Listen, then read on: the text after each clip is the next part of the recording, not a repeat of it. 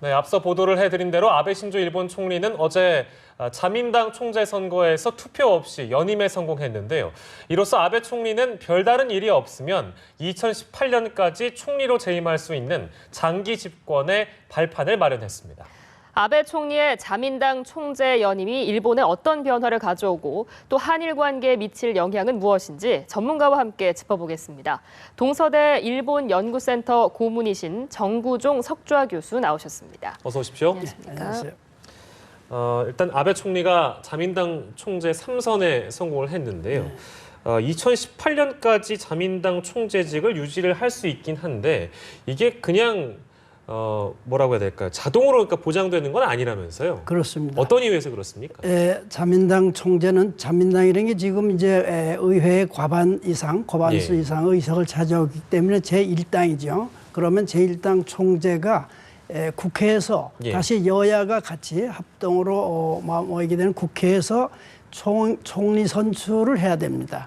그런데 지금은 자민당과 공명당, 연합 여당이죠. 연립여당이 과반수 이상, 3분의 2 이상의 의석을 가지고 있기 때문에 자민당 총재가 되면 총리로 선임되는 건 당연합니다. 자동적으로. 자동적이라고 하기까지는 뭐하지만 큰 이변이 없는 한 그렇게 선출이 되게 돼 있습니다. 국회 틀 자체가 그렇기 때문에. 근데 혹시 변수라는 건 없겠습니까?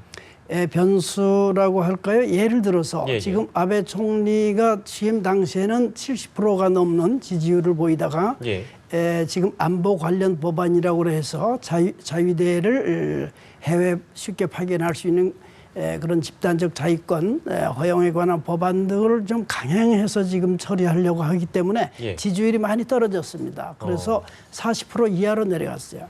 그래서 만약에 지지율이 회복돼서 계속해서 정권 기반이 단단하면 모르겠지만 지지율이 너무 내려가면 이 다음 총선에서 자민당이 아무래도 이 총리 가지는 안 되겠다 할 때는 자민당 자체 내에서 이 다른 후보를 찾을 수가 있습니다. 그러니까 내년 참의원 선거를 말씀하신 그 부분인 것 같은데요.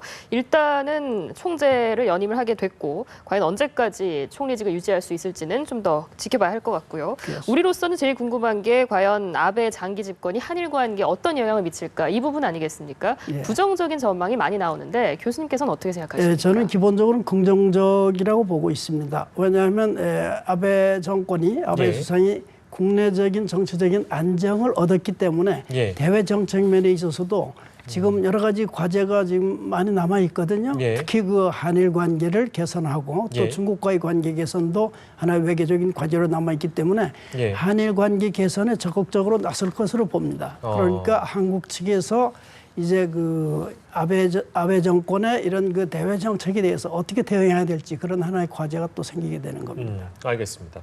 일본의 그 정치 제도나 이런 정당제 이런 것들이 우리나라와는 다르기 때문에 이해를 돕기 위해서 여쭤보는 질문인데요. 무투표로 해서 당선이 됐다는 내용을 저희가 어떻게 이해를 하면 되겠습니까?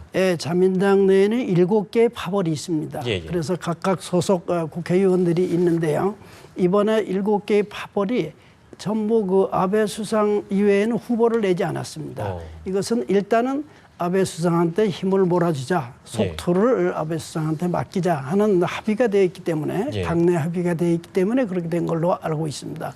그런데 그 과정에서 노다 세이코라는 여성 의원이 그 전에 총무회장을 지낸 분인데 이 거대 여당이 이 무투표 총재 선출이 뭐냐. 그래서 당내에서 논의도 하고 정책 대결도 하고 해가지고 민주적인 절차에 의해서 뽑는 게 맞지 않느냐 해서 이 후보를 하려고 했습니다. 이 후보를 표명을 했는데 이 후보를 위해서는 소속 의원 20명의 추천이 있어야 됩니다. 그런데 20명의 추천을 얻지를 못했어요.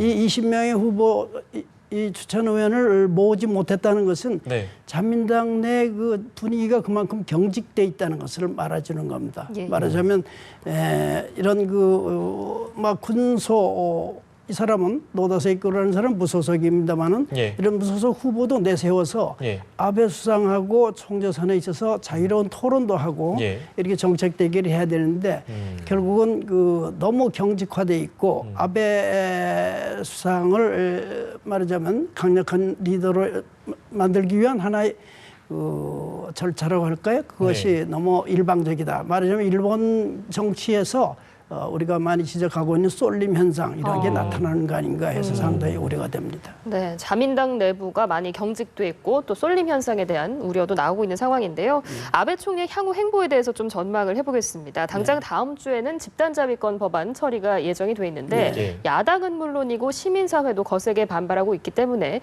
이게 좀 아베 총리의 첫 고비가 되지 않을까 싶은데요. 네, 그렇습니다. 내주 16일 전후해가지고 일본 지금 중의원에서는 이 집단적 자위권 허용에 관한 법안이 통과가 됐고요. 참의원에서 지금 심의가 계류 중에 있습니다.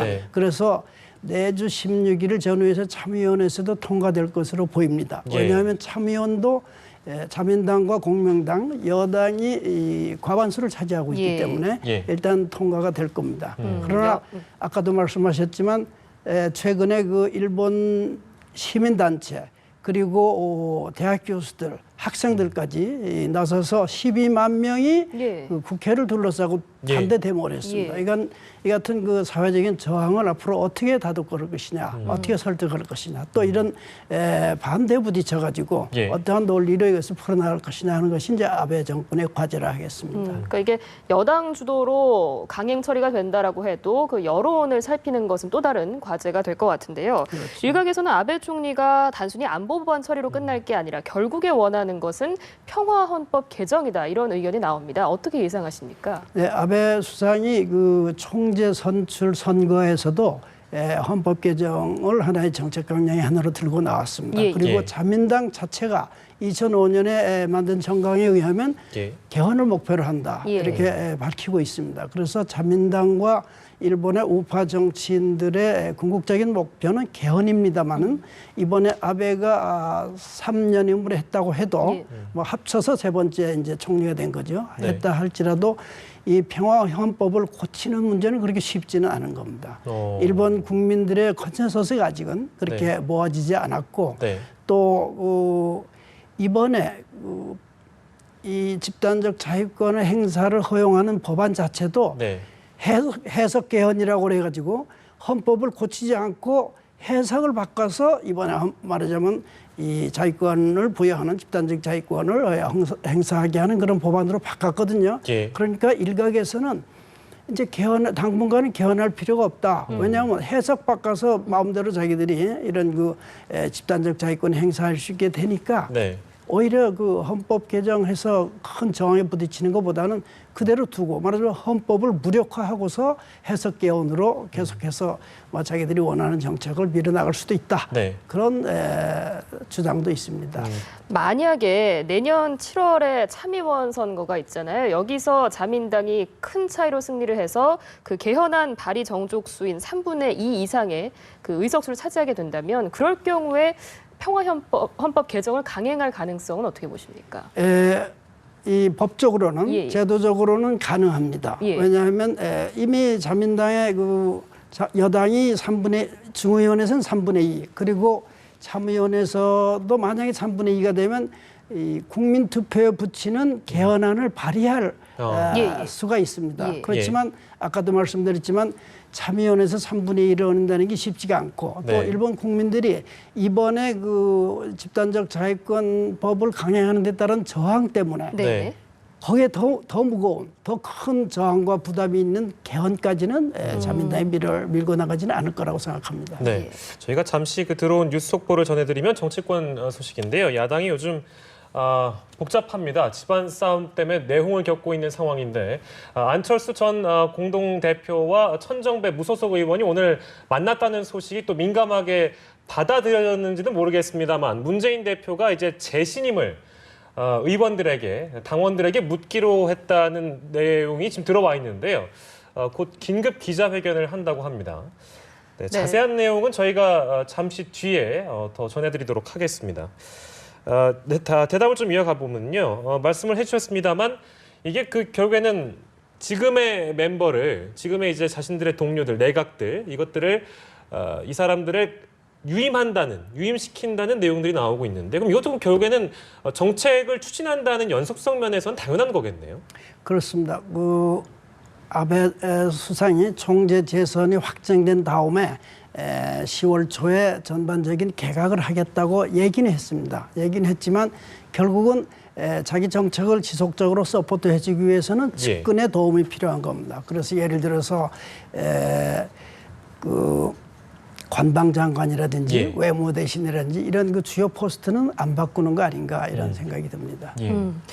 아베의 앞날에 대해서 뭐 여러 가지 전망이 나오고 있지만 좀 비관적으로 전망을 하는 입장에서는 얼마 전에 이례적으로 대규모 시위도 있었고 또 아베노믹스도 마냥 장밋빛은 아니기 때문에 좀 어려울 수도 있다 이런 이야기도 나오는데 교수님께서는 어떻게 전망하십니까? 두 가지 측면이 다 맞습니다. 정치적으로 아무리 아베 수상이 3선에 성공했다 할지라도 지지율이 떨어지면 내년 참여연 선거를 앞두고 이 수상 가지고는 이 총리 가지고는 안 되겠다. 자민당 자체 내에서 판단을 하면 자민당 내에서 멤버 체인지를 하는 겁니다. 말하자면 선수 교체하듯이 당신 내려가고 대신 새로운 간판에 인물을 세워야겠다 하면 아베가 원해도 그건 뭐 내려갈 수밖에 없고 또 지난 2006년에 아베 수상이 취임했습니다마는 제1차 내각 때 취임했습니다마는 그 다음에 참의원 선거에서 졌습니다.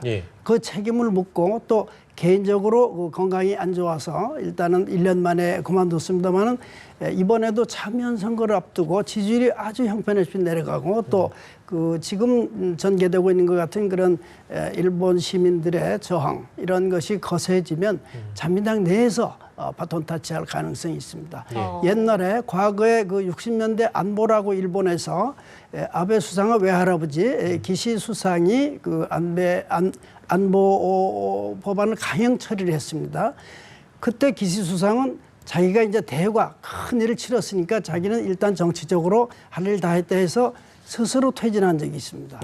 그러니까 이번에 아베 수상이 안보 관련 법안을 성립을 시키고 그것이 자기가 자기 나름으로 일본 정치에 있어서 하나의 큰 성과를 거뒀다고 생각하면 스스로 모면할 수도 있다. 그런 가능성이 있습니다. 네, 알겠습니다. 이번에는 좀 주제를 바꿔보겠습니다. 어제 일본 최고재판소, 그러니까 우리로 따지면 대법원인데 이곳에서 의미 있는 판결이 나왔습니다. 그러니까 해외에 사는 원폭 피해자에게도 치료비를 전액 지급해야 한다. 이런 내용의 판결이 나왔는데 지금까지는 어떤 상한선이 있었는데 그걸 없애고 전액 지급하라는 취지였거든요. 이 판결을 어떻게 보셨습니까? 네, 그건 뭐 당연한 일이고 이 대부분의 한국인 피폭자가 과거에 그 일제시대 때 강제징용을 당했거나 아니면 여러 가지 이유로 해가지고 일본에 가서 살게 된 그런 사람들 가운데서 히로시마, 나가사키에 있다가 결국은 원폭의 피해를 입은 사람들이거든요. 그러니까 이 사람들을 원상회복은 안 될지라도 치료하고 고치는 과정에 있어서의 보상이랄까 이것은 일본에 있던 사람이나 일본에 있는 일본 국민이나 한국 국민이나 마찬가지로 해줘야 되는 겁니다. 이때까지 그걸 차별을 뒀어요. 그래서 그런 일본 정부가 시행하고 있는 그런 차별적인 법제가 틀렸다. 그래서 일본 최고재판소, 한국으로 말하자면 대법원이죠. 대법원에서 이것은 일본인과 같은 해외에 있다 할지라도 같은 의료비를 지원해야 된다 한 결정을 내린 겁니다. 또 비슷한 소송이 고등재판소에도 지금 계류가 돼 있다고 하는데 대법원이 이런 판결을 내리면 다른 소송에도 영향을 미치는 거죠? 네, 지금 3건이 계류 중인 걸로 알고 있습니다만 당연히 영향을 받을 겁니다. 네, 알겠습니다. 저희가 일본 내부 정치 상황에 대해서 좀 정리를 해봤습니다. 지금까지 동서대 일본연구센터 고문이신 정구종 석주학 교수였습니다. 고맙습니다. 네, 감사합니다.